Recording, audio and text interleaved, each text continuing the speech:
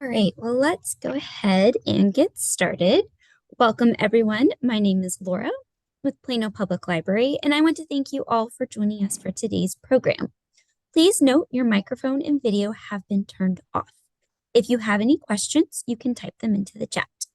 Heather will be monitoring the chat to assist you with any issues and bring questions to my attention. We will also be sure to leave time for questions at the end.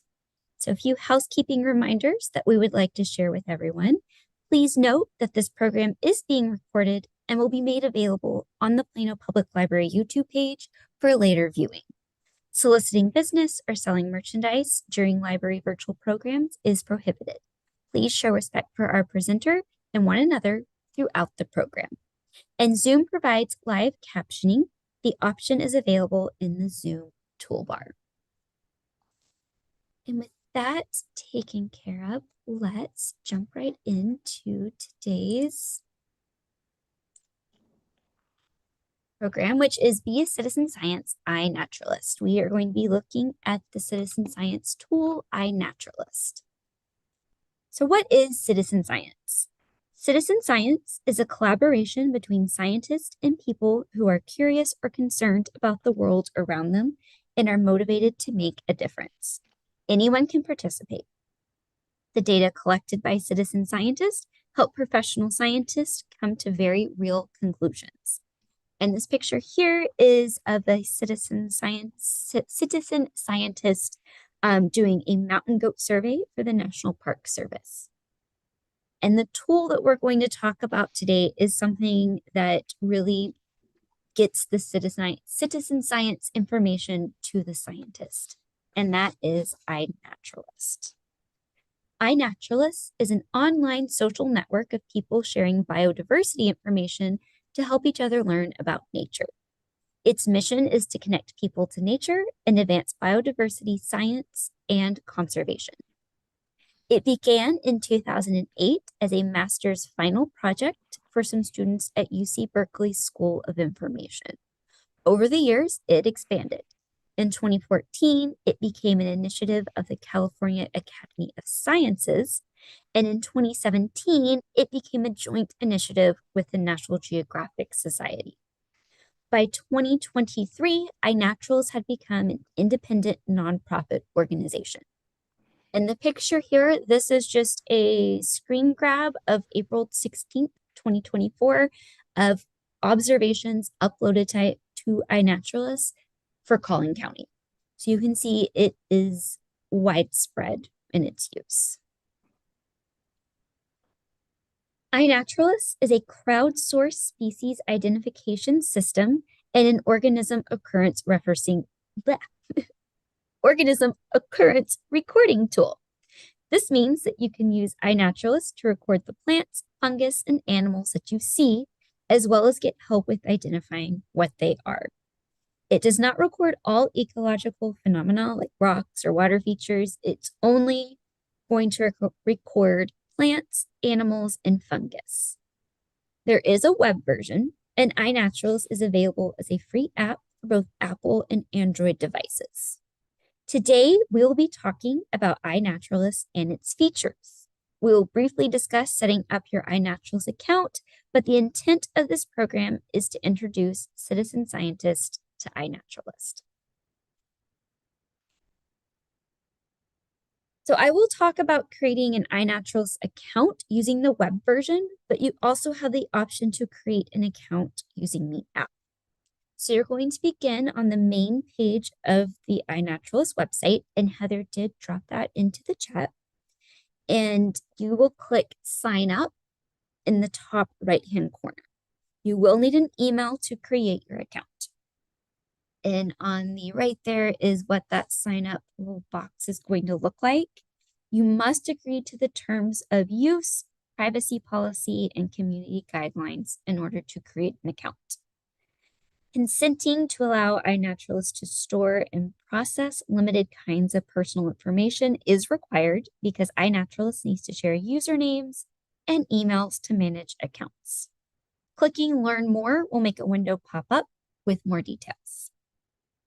Consenting to allow your personal information to be transferred to the US is for those users who live outside the US. However, consent is still required to create your account here. Clicking Learn More will make a window pop up with more details.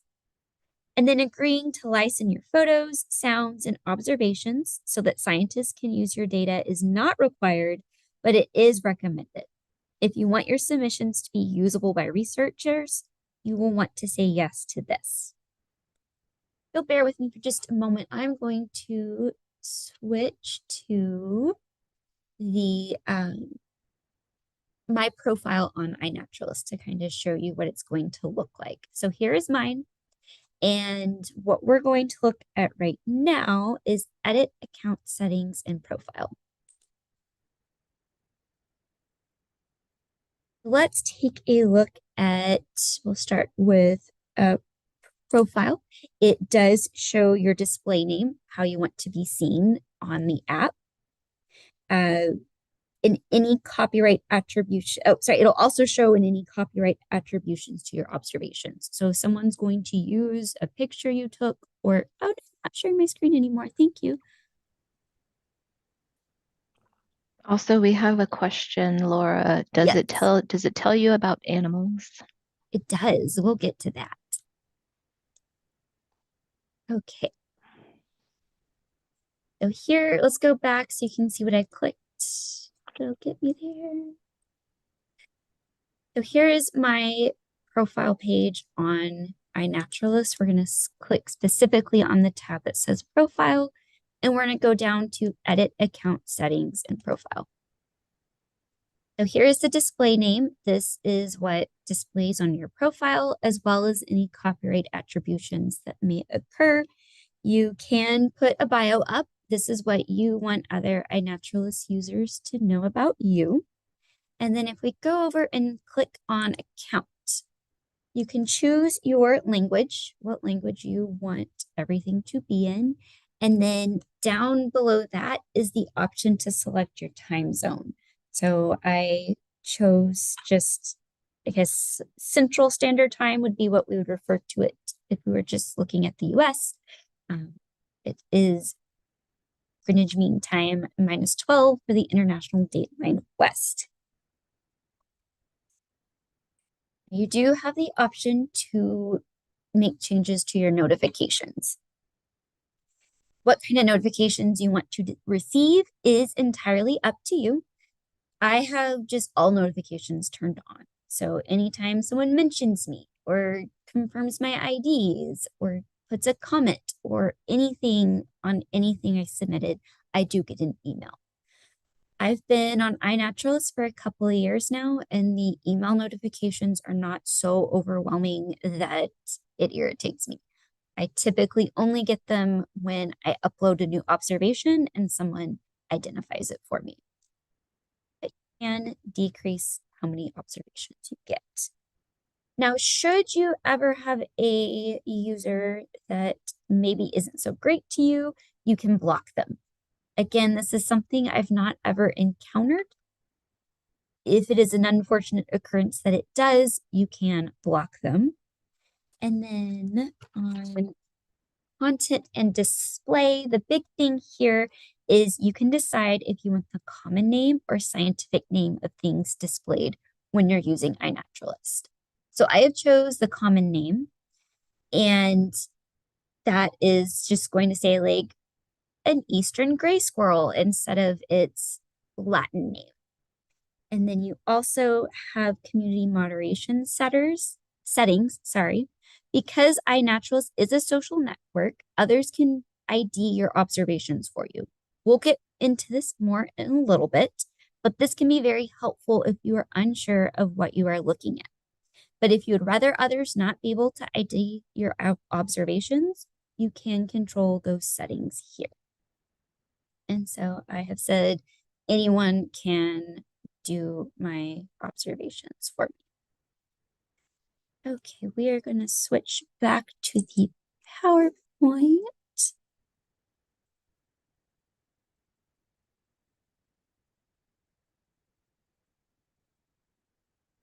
Okay, The app is the easiest way to upload your observations, as you can use your smartphone to take pictures and upload them directly to the app.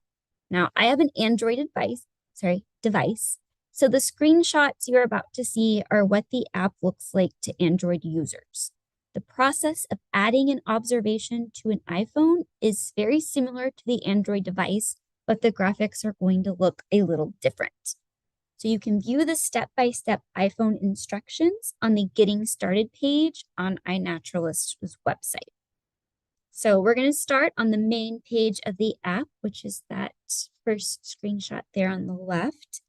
And it is going to be entitled My Observations. So you can see that at this point in time, I had 326 observations and 207 species. The numbers don't match because I have uploaded the same species more than once. So it's only going to count a species once, and it counts everything for observations. To add an observation, you're going to touch the green circle with the white plus sign in the middle, and you can start your observation by adding no media, taking a photo, choosing an image from your device, recording a sound, or choosing a sound recording from your device. I typically choose an image from my device when I add an observation. You can add more than one photo to your observation. You can add up to 500 photos per observation. And yes, this is from my phone. This is my Android phone. And so you can see I went in and I selected photos from my camera reel. So you will then click the little box with the question mark in it that says, "What do you see?" to help you identify the organism. Now this, I knew when I took the picture that I had taken a picture of a killdeer. And you can see in the second screenshot in the middle there, the second one from the left, that the top suggestion is a killdeer. So you can click on the picture and it'll tell you a little bit about the creature that you saw. And then if you click that compare option, it will allow you to look at your picture against the picture that's in their database. So I can see there that my bird has the rings around the neck and the long, scrawny little legs. It's a killdeer.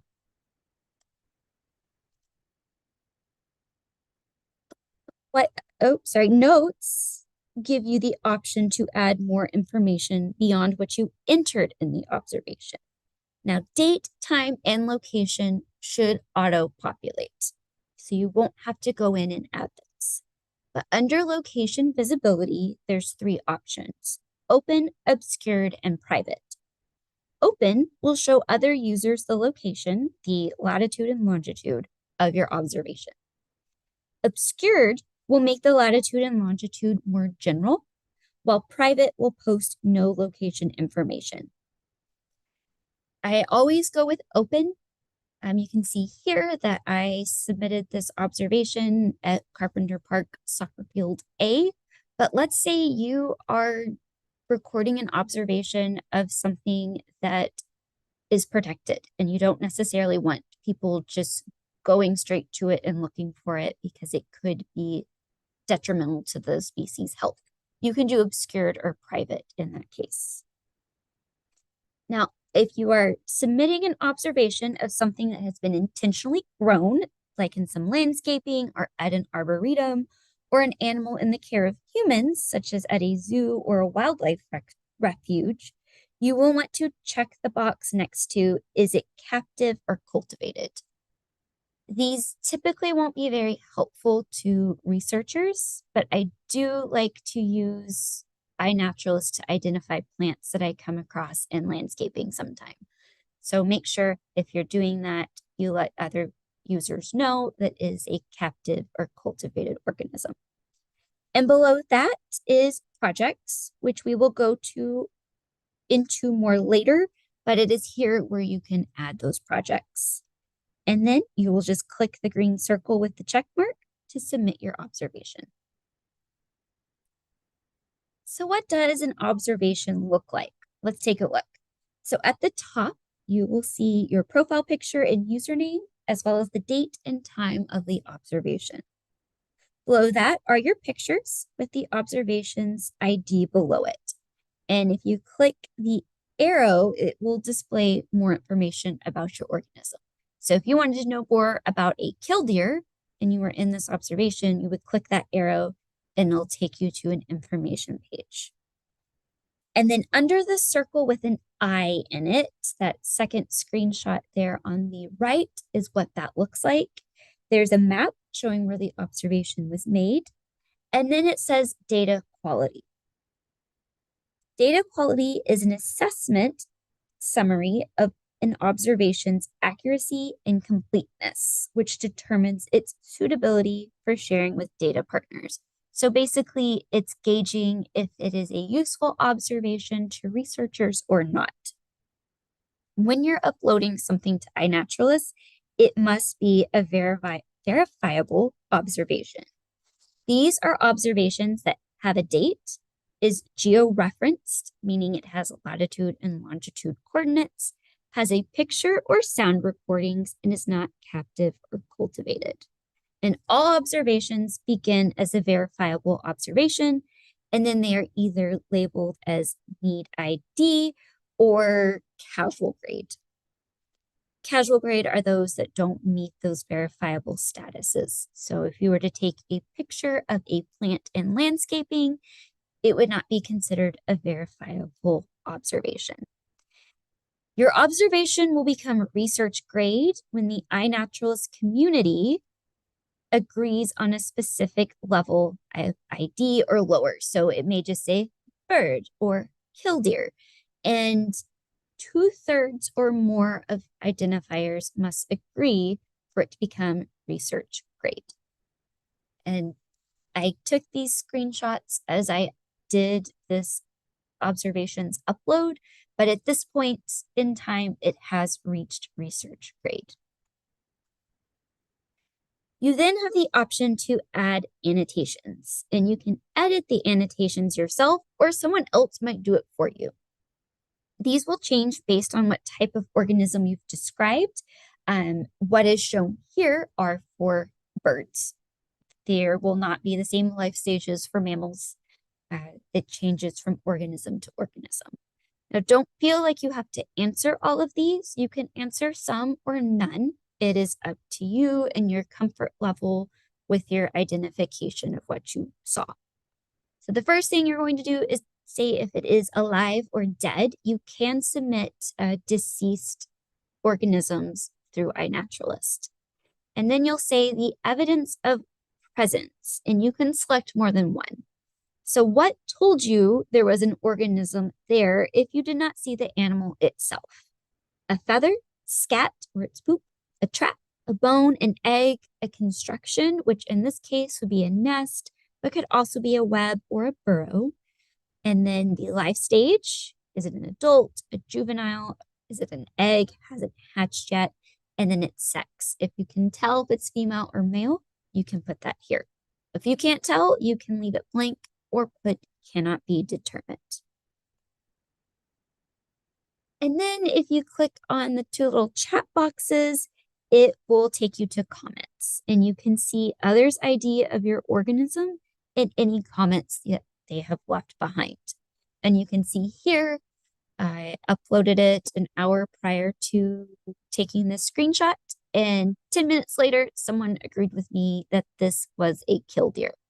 Now, in this instance, there's no comments, but sometimes there will be comments added. And then the star will show you who has favorited the observation. This is not something I've ever really encountered, but some people may really like what you put up there, or they're going to use it to refer back to later. They can favorite it. And you also have the option to favorite your observation here. All right, so we are going to jump again to the website because I do think that's the best way to talk about this. And sure, we are still showing. So here is the website. Again, it's right where I left it in my settings. And we are going to talk about projects. An iNaturalist project allows users to pull observations with others. Anyone can start a project, but today we're only going to look at joining and participating in iNaturalist projects. I prefer to view projects on the web version of iNaturalist, which is why I've switched back to showing you the website, but you can use the app to look at projects. So they are listed on the community, under the community tab on the website. So we're going to go up to community, hover over it, and we have people, and then we have projects, and we're going to click there. And this is what that page is going to look like. I do like it when the snake predation records one is up, which is this one, because that bird is the icon for iNaturalist, and the snake is eating it. I always think it's a little bit funny. Now, an easy way to find a project you can participate in is to do a search for Texas. So we'll just type in Texas right here. Is it showing? Yes, your screen is showing. Okay, thank you. We'll do a search for Texas and we're going to hit go. And these are all projects that have Texas in their title, which will tell you that this is something in the area that you can participate in. Now, when deciding if you want to join a project or not, you will want to click on the terms and rules in the upper right-hand corner. So we'll just start with this one at the top, Plants of Texas. And then right up here are the terms and rules. And this is just giving you the terms for participating in this project, as well as any rules. These rules and terms are telling you what you must do to submit your observation. So most rules are fairly simple. For example, for this one, it just requires that all observations be made in the state of Texas. So don't go up to Oklahoma and then start submitting observations to this project. And the organism must be in the taxon Plantae. Essentially, it must be a plant that grows in Texas. Terms are typically similar among different projects. Don't do anything illegal, such as trespassing, and don't use your observations for commercial gain. It's going to be the same throughout most of the projects. And then let's go back to main page. And we're going to scroll down to the about, and it will tell you the purpose of this project. So they're just trying to broaden the understanding of Texas plant communities. And if the terms and rules seem doable to you and the project is of interest to you, you can join by clicking Join this project in the upper right-hand corner. That's not going to be there for me. Well, it is Join this project, but I have already joined this project. And now we will go back to our presentation to walk through what it looks like to add your observation to a project.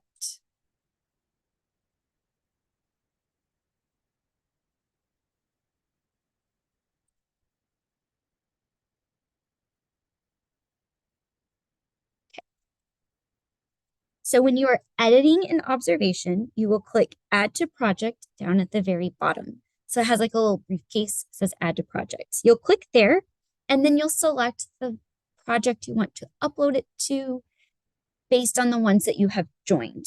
And some projects that I really enjoy are Birds of Texas, Birds of North Texas, so it narrows it down to just this area, the Insects of Texas, and one of my favorites is Never Home Alone, the Wildlife of Homes. So if you ever find a bug or a lizard or some living thing in your home, you can upload that observation here. And it is run by a man named Rob Dunn. And he wrote a book. We do own it here at PPO. It is called Never Home Alone, and it's talking about the life that is found in your home. So he uses submissions from iNaturalist to further his research about what animals cohabitate with us in our homes. Now, occasionally, another user may add your observations to a project, even if you're not part of it. So you may upload something and find that it has been added to a project that you're not part of. Don't be alarmed. They are just kind of sorting your data into where it is most useful. And I find this happens the most when I travel. I recently visited New York City and I took pictures of birds in several parks that I visited.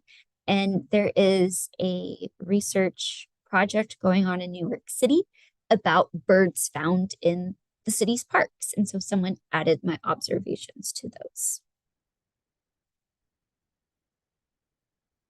Two projects are Bioblitz. Now, Bioblitz is an event. Typically, it's going to occur in a certain amount of time, and it focuses on finding and identifying as many species as possible in a particular area. And we're going to talk about a specific Bioblitz, and it is the Parks for Pollinators Bioblitz. Now, Parks for Pollinators is a national campaign that raises public awareness about the ongoing pollinator crisis and encourages local action by positioning parks as a national leader in advancing pollinator health, native habitat, and sustainability practices. And each September, Plano Parks host a pollinator blitz at Oak Point and Arbor Hills. So you can join a BioBlitz just as you would a project on the iNaturalist app or website. And you'll do a search for Plano Parks for Pollinators Bioblitz 2024 to locate it. And Heather just shared a link in the chat that takes you to Plano Parks' website about their BioBlitz. And then in the month of September, you can visit Oak Point Nature Preserve and or Arbor Hills Nature Preserve and record your observations of flowering plants, bees, birds, ants, wasps, sawflies, butterflies, and moths. This happens every year in September, and it helps park staff know what animals and plants are calling these two nature preserves home. So think about it as staff can go out and they can look at things, but if the public is participating, they're going to get a lot more information than if they were doing it on their own.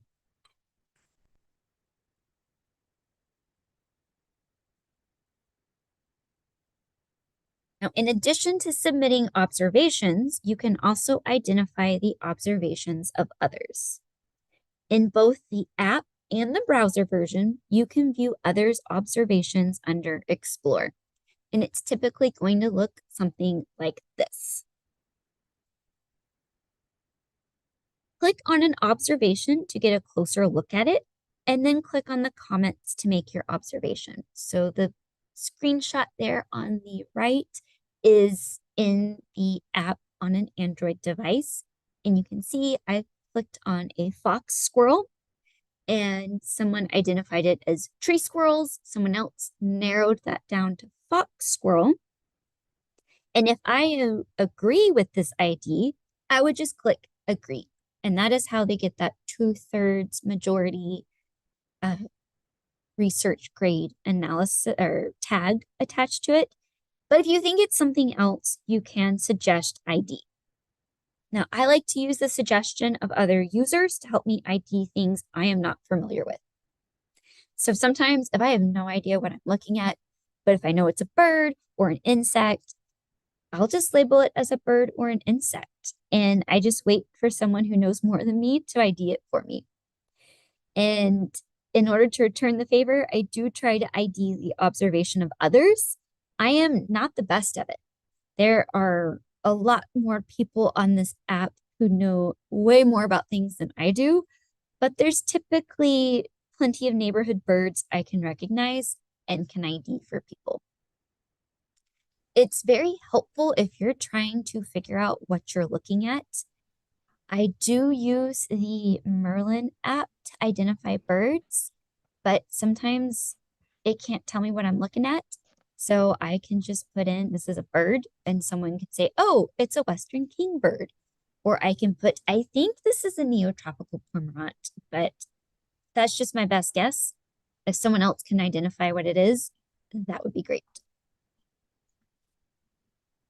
And sometimes it's fun just to see what other people are seeing. Might get a little bit of envy if there's a black kite there, which would be really fun to see. Just take a look at what others are seeing. Hey, Laura, are all of these identifications, do they come from citizen scientists or Yes. are there, okay, so that's not like other biologists or anything like that. It's all Typically, citizen run? yes. Now, there may be a biologist who submits stuff to their iNaturalist, and it could be they are a botanist and they're out in the fields and they saw a really cool bird and they weren't sure what it is. They do use it for the same reasons we would use it. Now, if the social media aspect of iNaturalist is something that is just you don't want to do it, you want to avoid it, there's another option for you, and this is the Seek app. Might be a better fit for you. It's also a great one for kids. I've heard people describe it as being similar to Pokemon Go. It's a free app, but no registration is required, no user data is collected, and your location is obscured. So what you do is you scan your surroundings with your device's camera to identify organisms, which you then get badges for. You can see in the graphic, it says your level surveyor and then species badges. Those are amphibians, bugs, fungus, things that this user has found. And you can also learn about what you're seeing. Please note, though, that if you get a new phone or whatever device that you're using Seek on, the badges and observations in your Seek app do not transfer over. So that is the big reason that I switched to iNaturalist. Is I had a robust Seek app. I had so many badges. I got a new phone and I lost it all. So if you're wanting to record what you see, iNaturalist is the way to go. If you kind of want to just maybe play it like a game and not worry about the social aspect of the app, Seek is the route to go for you.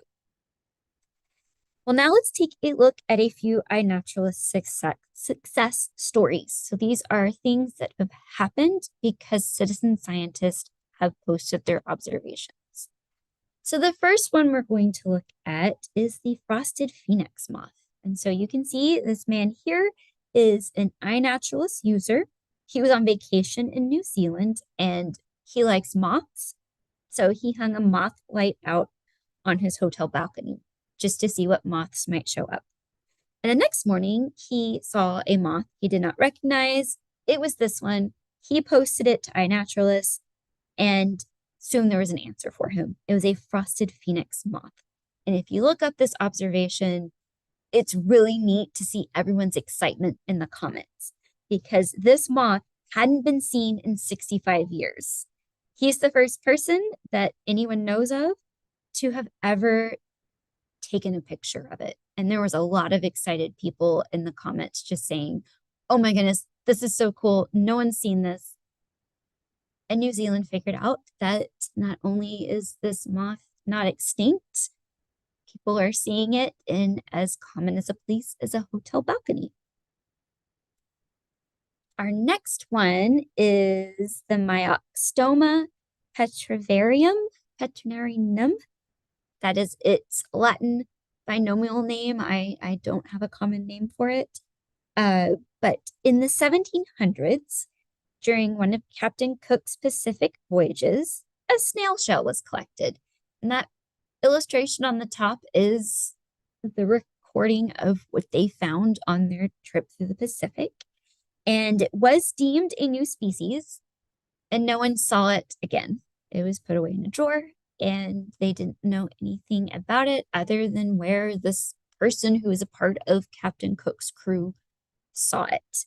And then in 2014, an iNaturalist user in Vietnam uploaded a gastropod or a snail that was ID'd as the Myxoma petrivarianum by other users. So this was the first time it had ever been reported alive. So when they found it back in the 1700s, it was just kind of an empty shell. The creature had died. And now, because of iNaturalist, scientists have a picture of it, as well as a definite location where it was seen. A little bit closer to home here in the States is the Green Mountain quillwort. And a user in Vermont saw this, took its picture, uploaded it to iNaturalist, knew it was a quillwort, couldn't really narrow it down beyond that, and it turned out to be a new to science species. And so it made it to iNaturalist before it even had a scientific name. And today its conservation status is critically imperiled, a protection it would not have received had it never been located by a citizen scientist. So it very easily could have slipped into extinction without anyone having known it ever existed. So there's a lot of neat things that have come out of citizen scientists using iNaturalist. And you can see here, she just picked up the plant and took its picture. This is not a professional picture of it. Held it in her hand, took its picture, and posted it. So what's next? Don't let these success stories of these really, really cool things deter you or intimidate you. Every observation uploaded to iNaturalist are just as important, if not more important, than those kind of standout ones. So go out and start doing observations, take pictures, upload them. You can use your backyard. You can go to one of Plano's parks. We have 85 parks here in Plano and 98 miles of trails. Even if you think, oh, I live near this park, the same things that are in my yard are probably going to be in it, might not be true, especially if you go to one of the nature reserves. I don't live too far from Oak Point, but the bird diversity there is staggering compared to who comes to my feeders. And you can join and contribute to the Plano Parks for Pollinators Blitz or Bioblitz, sorry. Starts in September, so just under a month. And then we do have more Be a Citizen Scientist sessions in our fall lineup. Our calendar isn't live, but again, it will be the first Monday of the month at 6 o'clock. We're taking a break in September. The first Monday is a day that the library is closed for Labor Day, but we are going to take a look at eBird, iNaturalist, and SciStarter again, as well as another resource, Zooniverse. So if you missed some of our earlier ones, or maybe want a refresher, please check our website for our upcoming calendar with more details. All right. So I do know that that was a lot of information. So if you have questions, by all means, please let us know.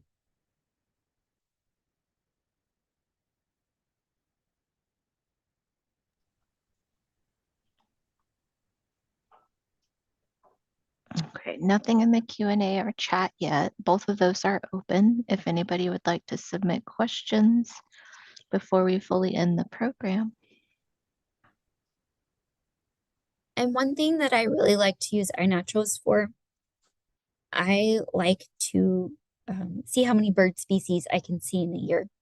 So if I think I saw something, but I'm not 100% sure, I'll add that picture to iNaturalist just to kind of verify my own sightings. Like, I think this is an eastern kingbird, but before I count it in my species tally for 2024, let's make sure I'm right. Or if you have just a strange weed growing in your yard, you can take a look. I do like to use it to find out if what decided to sprout in my yard is native or not. Because if it's native, I'll probably leave it. Weeds are just misunderstood plants. But if it's not native, I'll probably pull it out. So one of my goals is to have only native plants in my yard.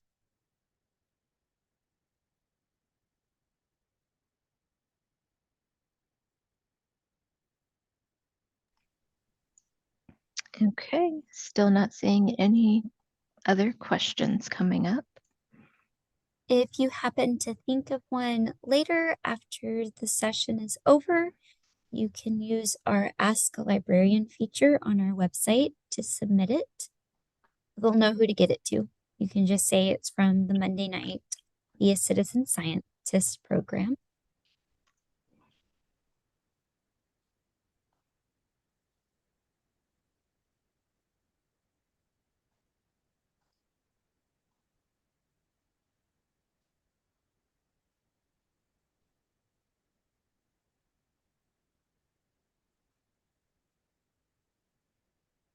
The other website, so we have Seek and iNaturalist, and that is the one that you can use in your web browser or as the app. So it is personal preference for you which one you would like to use. And then there is the link that Heather dropped in the chat a little while back that has more information about the Parks for Pollinators Bioblitz. And that is more for information. It is going to be on the city's website. So if you want to participate in that, you'll want to join the BioBlitz on iNaturalist, either website or app. And Seek can be found on the iNaturalist website, right? Or is that through your app store? Through your app store. So you can just do a search for Seek. It's free to download. So is iNaturalist. It just doesn't have the interaction between other citizen scientists that iNaturalist does.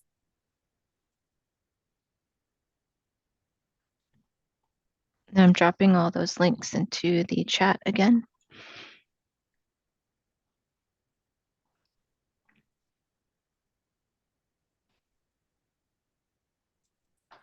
Quick use for the app. Let's say you are going somewhere, a particular park or something. If you look at the map of observations on the iNaturalist website, you can kind of get an idea of what to expect to find there. Especially if you're walking through maybe a wooded area, that's a lot of plants. So this can kind of help train your eyes to know what you're looking for. I was very excited to find some native wildflowers had taken root in my backyard this year. Some Venus's looking glass. I didn't plant them.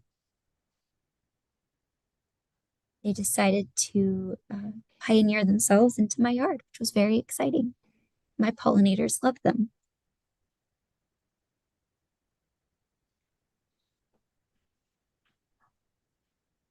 All right, well, if you don't have any further questions, I think we're going to end it here. Again, if you think of something later, you can submit it through the Ask a Librarian and we'll get that answer to you. Thank you for coming. We do appreciate you being here. Be sure to stay up to date with Plano Public Library by following our Facebook page and checking out our blog at planolibrarylearns.org. There you can find recordings of past programs and other materials about how to take advantage of everything Plano Public Library has to offer. Please complete our program survey, which should pop up following this program. We value your feedback. Thanks again for joining us today, and we will see you next time.